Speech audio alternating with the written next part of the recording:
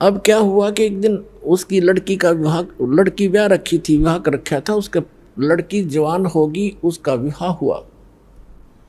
उसके विवाह के लिए लड़की आ गई बात नौतन, यानी अपने पिता, ऐसे रिवाज बना रखी अपन ने, तो ये रिवाजें अच्छी नहीं है, फिर भी भगवान ने दुखी होना पड़ा, उसके लिए भी बहुत कुछ करना पड़ा। अब उसकी लड़की आई और पिता से कहा, पिताजी आपकी ज्योति का विवाह है, इस दिन बात है, आप आइएगा। तब उसने कहा कि मैं निर्धन कंगाल बेटी, ना मेरे पास दाम धन नहीं, पर आऊंगा बेटी मैं सुमरूंगा राम। जैसा भी कंगाल हूं मैं तेरे द्वार पर अवश्य आऊंगा। लड़की चली गई। लड़की जैसे वहां प्रतिफल में कुछ दिया करते हैं, बेटी जावे भात नोच कर, कुछ नहीं दिया। इसको देखकर उसकी सास, लड़की की सास ने बहुत कुछ उलाहने दिए, लड़की को बहुत बुरा भला कहा कि उसने नाश कर दिया, सारी संपत्ति लुटा दी, कंगाल होकर बैठ के हमारी बेइज्जती करवा दी, कदे कदे हमारी इज्जत शिखर में थी। अब लड़की बोल रहा क्या, बेचारी सब्र का घूंट आंसू में टपकाने लगी, बैठ गई एक तरफ जाकर। अब नरसी चिंतित हुआ कि कैसे वहां पहुंचेंगे, कौन मेरा साथी होगा। यदि वो सेठ होता और भात आ जाता, उसके साथ जाने वाले सैकड़ों इकट्ठे हो जाते गांव नगर के आदमी, और उस दिन कोई नहीं आया। उनके पास कुछ अंधे सूरदास आया करते थे, नरसिंह जी की झोंपड़ी पर बैठ जाते थे, सत्संग करते थे, विचार विमर्श करते थे, फिर चले जाते थे। उनमें एक शिक्षण नाम का बुद्धिमान था सूरदासों में। उसने कहा कि आज नरसिंह तेरी बात में कसक नहीं, तेरी आवाज में कोई चिंता टेंशन बन गई। उसने बताई कि ऐसे ऐसे लड़की आई थी और ज्योति का भात आ गया है और ये चिंता बन गई मैंने। नरसी वो कहने लगे, उस शिक्षण सूरदास अंधे ने कहा कि भाई भगवान पर भरोसा रख, दिल ना तोड़े, हम चलेंगे तेरे साथ। ने बोला नगर का कोई साथ नहीं हो सकता। कहने लगे हम चलेंगे सारे के, वो 16 जने थे गिनती में। बोले हम चलेंगे तेरे साथ, चिंता ना करे, कोई बात नहीं, देखी जाएगी जो भगवान उड़ैदत हो चाहे बेइज्जती, पर बेटी के द्वार पर खड़े जरूर होंगे चल के।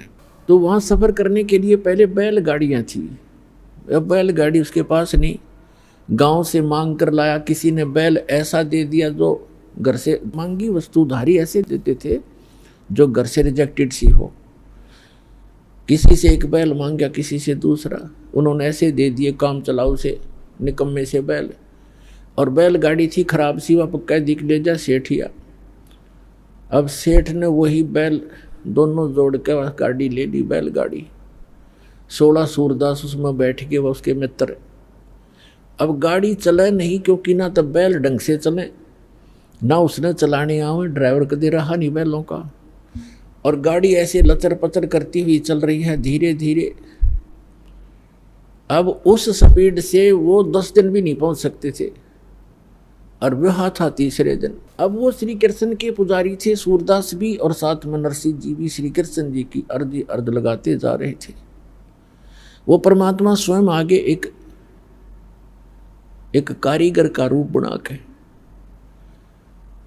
और उनसे कहने लगे कि भाई नरसिंह सेठ, मैंने भी उस गांव में जाना है, जिस गांव में उन्होंने जाना था उससे एक गांव पहले का नाम बता दिया नरसिंह जी का, और कहने लगे मुझे भी बैठा लो अपनी गाड़ी में, साथ में भी चल पड़ता हूँ। नरसिंह जी कहने लगे बैठ ले बेशक गाड़ी में, पर हम लगता है ये रास्ते में रह जाएगी, ये बहुत ख़राब है, करने वही पड़ी है। तो उसने कहा कि मैं मिस्त्री हूँ, आप एक बार नीचे उतरो और मैं इसको ठीक ठाक कर लेता हूँ, फिर चलाएंगे। नरसिंह जी ने कहा कि देखो मेरे पास पैसा नहीं है किराए कुछ देने को, मैं तो भगवान के शब्द सुना दूंगा तुझे। तो कारीगर रूप में भगवान बोले कोई बात ना, मैं कुछ नहीं लूंगा आपसे, मैं आपके साथ बैठकर भी तो चलूंगा। अच्छा फिर ठीक है। तो पुण्यात्माओं, ये जितने आज तक प्रचारक हुए हैं उन्होंने श्री कृष्ण जी को सुप्रीम पावर मान के और नरसिंह जी को उसका भगत जान के उनका एक महिमा का शब्द बना रखा है, वो सुनाता हूँ आपको। लेकिन सच्चाई जो है वो दास आपको बताएगा। अब उन्होंने कैसे बताया है, अपनी देसी लैंग्वेज में, हरियाणवी लैंग्वेज में बना रखा है। गाड़ी आले मन बैठा ले, एक बहो गाड़ी थाम भाई मैं हार लिया। गाड़ी आले मन बैठा ले, एक बहो गाड़ी थाम भाई मैं हार लिया। अब परमात्मा खड़े हैं एक कारीगर के रूप में, सारे इंस्ट्रूमेंट औजार ले रखे, उपकरण आरी भी, ऐसे काटने पीटने की बसोली सारे ले रखे हैं। और क्या कहते हैं, गाड़ी आले मने बैठा ले, एक बहो गाड़ी थाम भाई मैं हार लिया।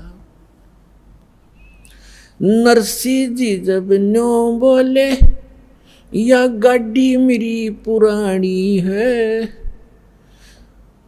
प्रभु जी फिर न्यों बोले, भाई के मेरे त छानी है। प्रभु जी फिर न्यों बोले, क्या मेरे त छानी है। नाम कृष्णम जात का खाती, ये जानू सारा काम भाई मैं हार लिया। गाड़ी आले मन बैठा ले, एक बहो गाड़ी थाम भाई मैं हार लिया। प्रभु जी फिर लगे समारण, ले हाथ में आरी जी। नरसी जी की वा टूटी गाड़ी, अरने आप समारी जी। प्रभु जी जब लगे संवारण, ले हाथ में आरी जी। नरसी जी की वा टूटी गाड़ी, अरने आप समारी जी। नरसी बोला मैं शब्द सुना दूं, ना देने को दाम भाई मैं हार लिया। गाड़ी वाले मने बैठा ले, एक बहो गाड़ी थाम भाई मैं हार लिया। 16 सूरदास बैठे गाड़ी में, रटे राम की माला जी। 16 सूरदास बैठे गाड़ी में, वो रटे राम की माला जी। पवन समान गाड़ी चाली, जब भगवान बने गढ़वाला जी। पवन समान गाड़ी चाली, जब भगवान बने गढ़वाला जी। भक्तों का रखवाला जी, वो आपे पूर्ण राम भाई मैं हार लिया। गाड़ी आले मने बैठा ले, एक बहो गाड़ी थाम भाई मैं हार लिया। बैलों ऊपर हाथ फेर दिया, बल बैलों में आया जी।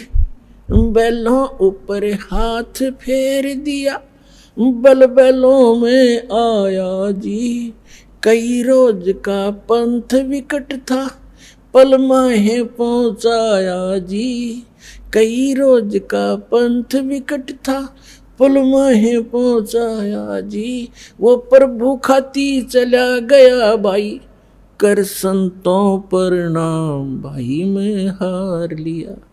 गाड़ी आड़े मने बिठा ले, एक बहो गाड़ी थाम भाई मैं हार लिया। कृष्ण तो रथवान बने, ये कबीर बने रखवाला जी। कृष्ण तो रथवान बने, कबीर बने रखवाला जी। जो सतगुरु के शरणा आगे, वो भगत जीत गए पाला जी। जो सतगुरु की शरण आगे, वो भगत जीत गए पाला जी। संत करे नहीं टाला जी, परमेश्वर करे नहीं टाला जी। वो सारे सबके काम भाई मैं हार लिया। गाड़ी आले मने बैठा ले, एक बहु गाड़ी थाम भाई में हार लिया। इन कथाओं से हमने शिक्षा लेनी है, क्योंकि पहले तो हम बालक थे। हमने कोई कह देता कि ये आसमान बहुत निकट था, दादी अम्मा ने एक सितारा तोड़कर और ऐसे ऐसे कर दिया इसलिए दूर भाग गया, तो हम सारी मान लेते थे ऐसे होगा। अब हम ये बातें नहीं सुनेंगे किसी की कि श्री कृष्ण जी ने ऐसा कर दिया, फलाने ने ऐसा कर दिया। गीता अध्याय नंबर 15 के श्लोक नंबर 17 में स्पष्ट किया है कि उत्तम पुरुष तु अन्य परमात्मा की उदाहरते, यह लोक धर्म अवश्य विवर्ती अवैश्वर है, जो सबका धारण पोषण करता है, सबकी केयर टेक करता है, तीनों लोकों में सबका वही एक ही मालिक है। वही सब अपने भगत से पहले पुण्य करवाता है, फिर उसके आधार से अब स्वयं ही उसकी मदद करता है। तो कहने का बात यह है कि नरसिंह जी जब न्यों बोले, नरसिंह जी ने कहा कि गाड़ी मेरी पुरानी है, कंडम है, ये चल नहीं पा रही है, तो परमात्मा ने कहा ये क्या मेरी तछन्नी है, अब तेरा दुख क्या मुझसे छुपा है, मुझे क्या बताना चाह रहा भक्त मुझे पता है, इसलिए मैं आया हूँ। तो पुण्यात्माओं, जब हम भगवान पर आश्रित होंगे, पर हमारा इतनी हिम्मत रही कोई ना कि हम यहाँ तक सेक्रीफाइस कर सके, पर परमात्मा ने दूसरा तरीका अपना दिया कि तुम अपना लगे रहो, एक दिन अवश्य होगा। अब जैसे विश्वास करने के दो तरीके होते हैं, एक तो यूं मान ले कि जो सामने वाला कह रहा है यह बात सच्ची होगी, और नहीं फिर उसके बताए अनुसार कुछ करके प्रैक्टिकल देख ले, तो वो भी बात फिर वह सच्चाई तो ऊपर आएगी। जैसे एक किसान था और एक सेठ के पास अपनी फसल बेचकर आता था मंडी में, और उसका आड़ती था पक्का और नहीं जाता था कहीं पर।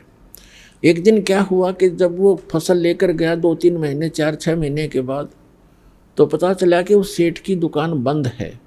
पूछने से कारण का पता चला कि उसका दिवाला निकल गया, वो अब आड़ती नहीं रहा, तो उसका मित्र भी हो गया था वो बहुत अच्छा।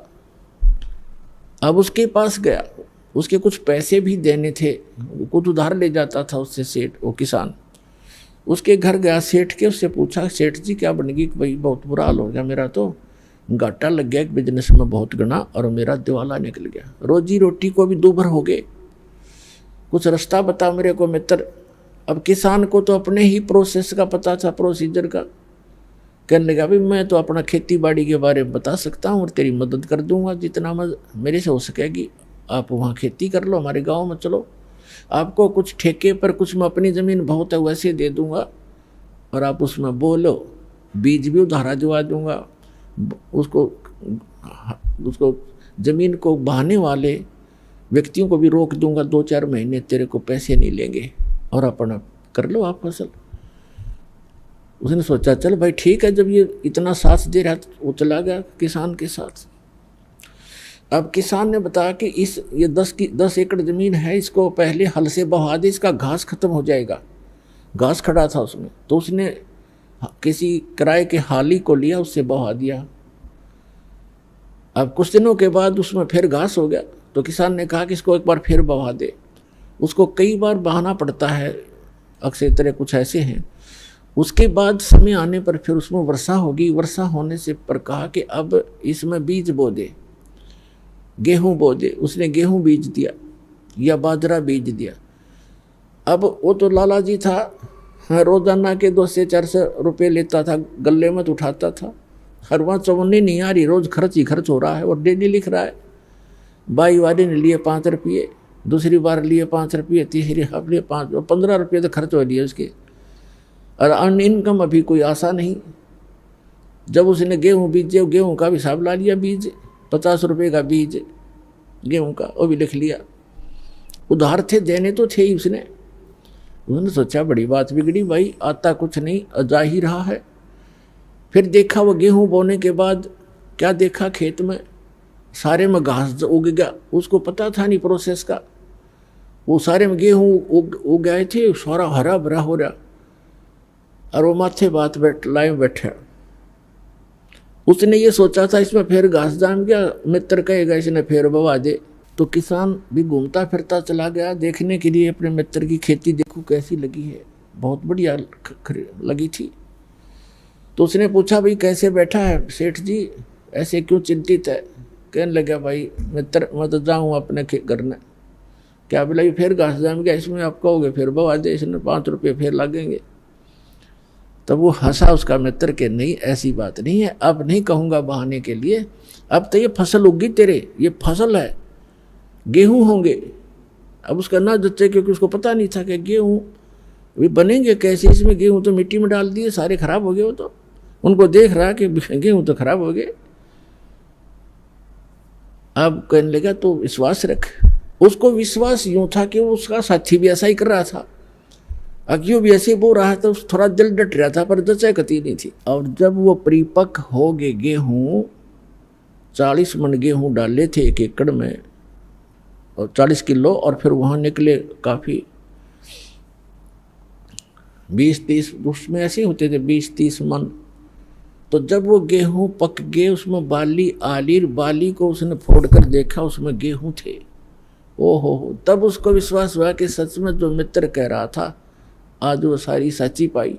तो अपने आत्माओं ऐसे ही ये जो ज्ञान है आप प्रथम बार सुन रहे हो, और इस भगवान के विषय में भी आप प्रथम बार सुन रहे हो बहुत से, क्योंकि प्रथम समझो जिसने अब ज्ञान लिया यहाँ से उपदेश लिया वो प्रथम ही समझा जाता है।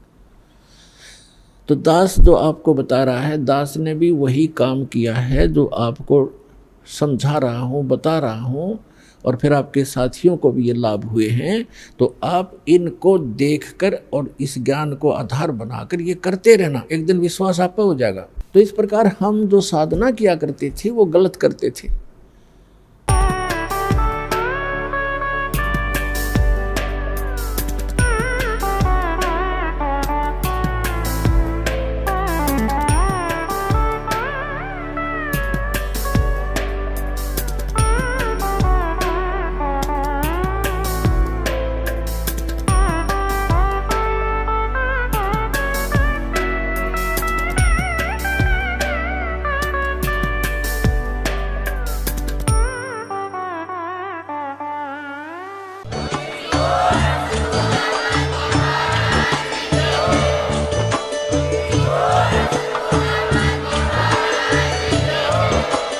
आप सुन रहे थे जगत गुरु तत्वदर्शी संत रामपाल जी महाराज जी के मंगल प्रवचन। अधिक जानकारी के लिए विजिट कीजिए हमारी वेबसाइट www.jagatgururampalji.org। संत रामपाल जी महाराज जी के शुभ आशीर्वाद से पूरे विश्व भर में 500 से भी ज्यादा नाम दीक्षा केंद्र हैं, जिन पर संत रामपाल जी महाराज जी द्वारा ऑनलाइन निशुल्क नाम दीक्षा दी जा रही है। अपने नजदीकी नाम दीक्षा केंद्र का पता करने के लिए संपर्क करें 8222880541।